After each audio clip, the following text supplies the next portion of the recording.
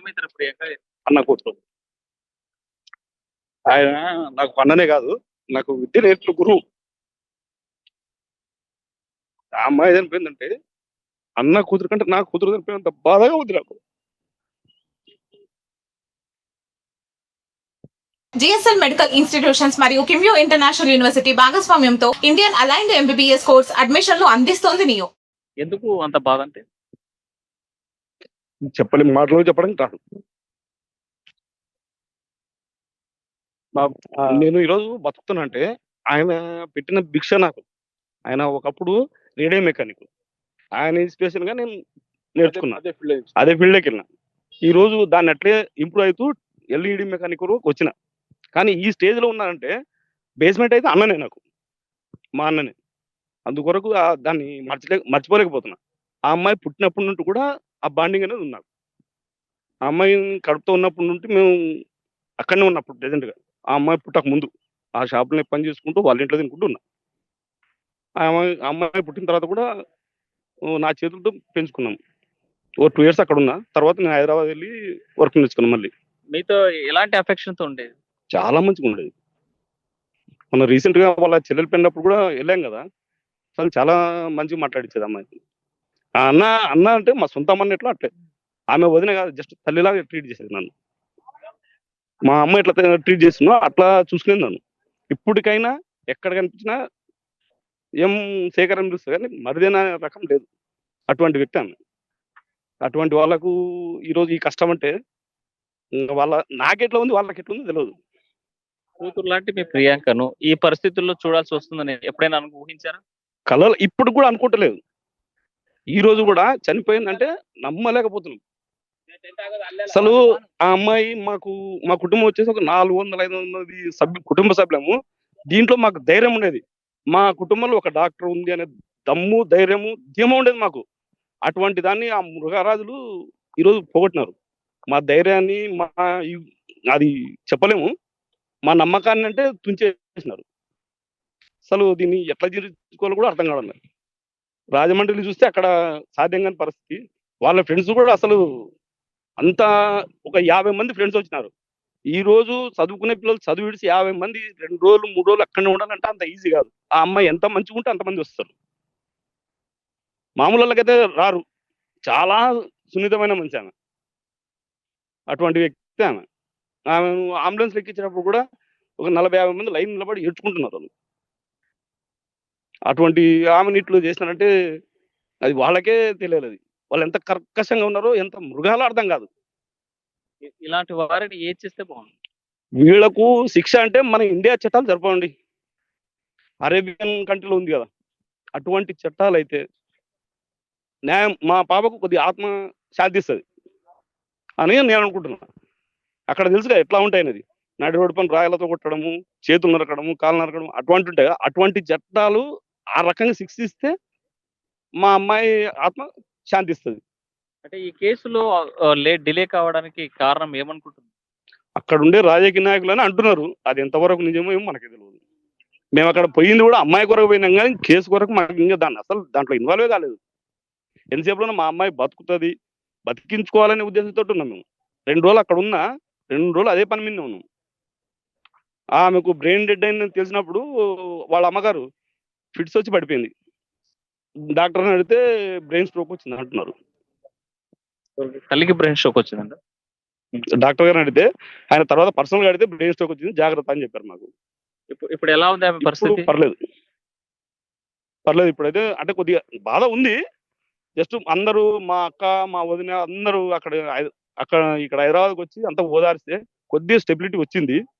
ఆయన ఆమె ఇప్పుడు ఇక్కడికి వచ్చి ఏ పరిస్థితులు ఉంటనేది ఊహ అందుతలేదు. అది ఈ ఘటనలో పోలీసుల తీరుని ఎలా చూడాలంటారు? పోలీసులు చేసేంత వరకు వాళ్ళు చేసినారు. కాకపోతే డిలే ఎందుకైందో మాకు అర్థం కావడం. ఇప్పటి వరకు అయితే అటెంప్ట్ మర్డర్ అవన్నీ పెట్టారంట. అది మీడియాలో వచ్చేది చూస్తున్నాం. ఆ ఎఫ్ఐఆర్ అదంతా చూస్తే అని అర్థం కాదు కదా. వాళ్ళు ఇప్పటి వరకు తీరైతే బాగానే ఉంది. కానీ ఇది చేసేదో డే 1 నుండి చేసింటే చాలా బాగుండేది. ప్రభుత్వం ఏమైనా సహాయం చేసిందా మీకు? అది మీడియాలో వచ్చే కథనాల ప్రకారం అయితే చంద్రబాబు గారు 20 లక్షలు ప్రకటించారని అంటున్నారు. అది ఏమో మనకు తెలియదు. మాకు డబ్బు కాదండి, మాకు డబ్బు అవసరమే లేదు. వాళ్ళకు ఒకవేళ ఏదన్నా పాసిబిలిటీ ఉంటే చట్టానికి వాళ్ళిద్దరిని తెచ్చి మా ఇంట్లో మా ఊర్లో పెడితే వాళ్ళని మేము చూసుకుంటాం. ఇదొక్కటే మేము చెప్పేది అదే. మాకు అంతకంటే ఎక్కువ వద్దు. అదొక్కటి వాళ్ళని మాకు అప్పచెప్తే తర్వాత మేము చూసుకుంటాం వాళ్ళని. మీతో కాకపోతే చెప్పండి, మేము చూసుకుంటాం.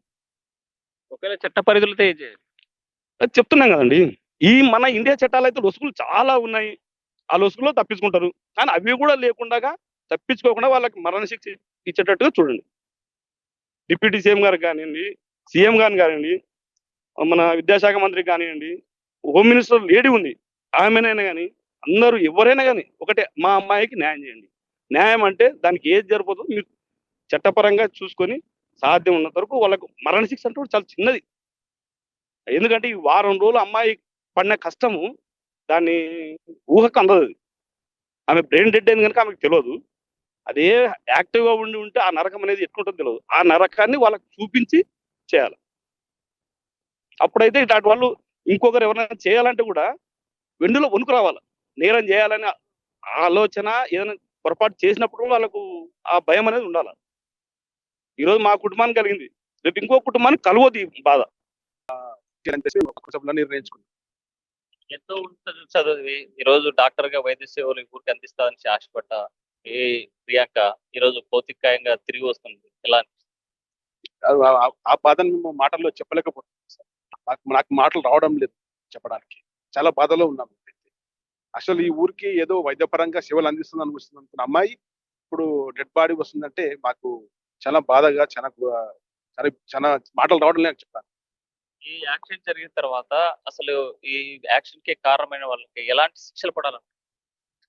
నాకు తెలిసి వాళ్ళని రాజమండ్రి మెయిన్ రోడ్ మీద ఉరి తీయాలి సార్. వాళ్ళని ఎక్కడ జరిగిందో అదే ఊర్లోనే మడి రోడ్డు మీద ఉరి తీస్తే ఏం సార్, ఇటువంటి వాళ్ళకి ఇంకో వాళ్ళు చేయాలనుకుంటూ భయపడతారు వాళ్ళు.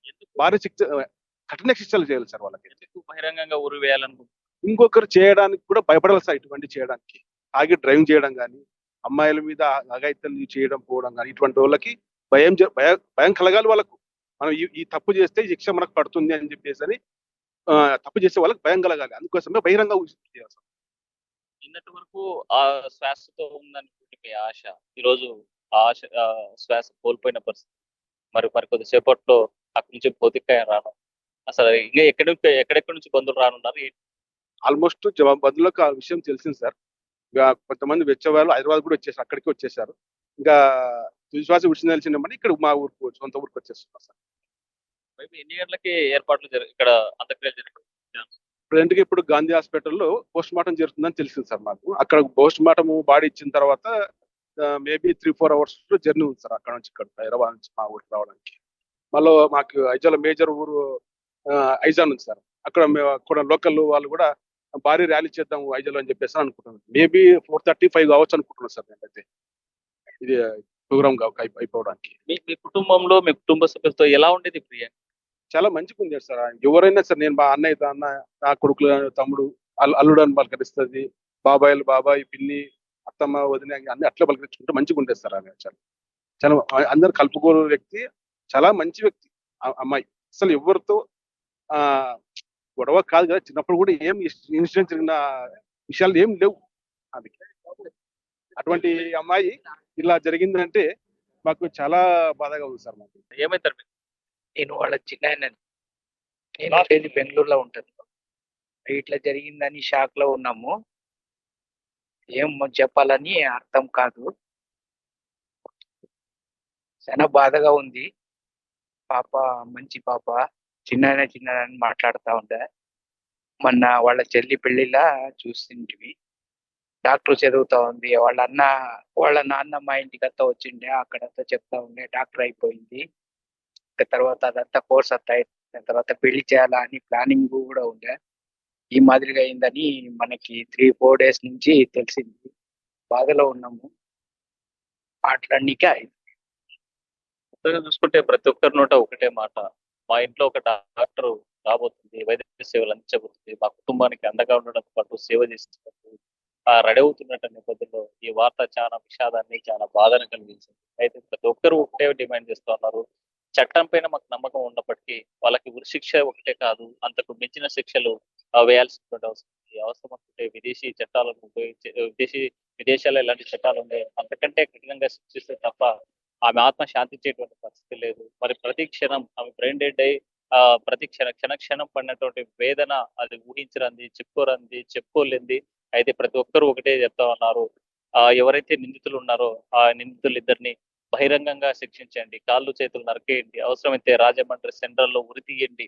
ఇలాంటి డిమాండ్స్ వ్యక్తమవుతున్నాయి. కానీ ఆ కుటుంబం మాత్రం కలిగినటువంటి బాధను, ఆ యొక్క వేదనను ఏ ఒక్కరు కూడా తీర్చలేని పరిస్థితి. ఆ తల్లిదండ్రులు కూడా ఈ యొక్క బ్రెయిన్ డెడ్ యొక్క వార్త విన్న తర్వాత తన తల్లికి కూడా బ్రెయిన్ స్ట్రోక్ వచ్చిందనేసి వైద్యులు చెప్పారంటే ఎంతటి ప్రేమతోనో, ఎంత ఆప్యాయంతోనో ఆ ప్రియాంకను పెంచుకున్నారు, చూసుకున్నారు. ఆశలు పెంచుకున్నటువంటి అడియాశలైపోయాయి. ఇవాళ భౌతిక కాయం తీసుకొని ఆ యొక్క స్వగ్రామం ఎక్లాస్పురానికి తిరిగి వస్తున్నారంటే మొత్తం ప్రతి ఇంత విషాదం నెలకొంది. ఈ గ్రామంలో ఎవరిని టచ్ చేసినా సరే ఆ కుటుంబం చాలా పెద్దది, చాలా మంచివారు. మా ఊర్లో డాక్టర్ వస్తుంది అనుకున్నాం కానీ ఇక్కడ భౌతికాయంతో తిరిగి వస్తుందంటే మాత్రం ఆ వేదన ప్రతి ఒక్క కళ్ళల్లోనూ, ప్రతి ఒక్క ఇంటిలోనూ కనిపిస్తున్నటువంటి పరిస్థితి మనకు తాజాగా కనిపిస్తుంది.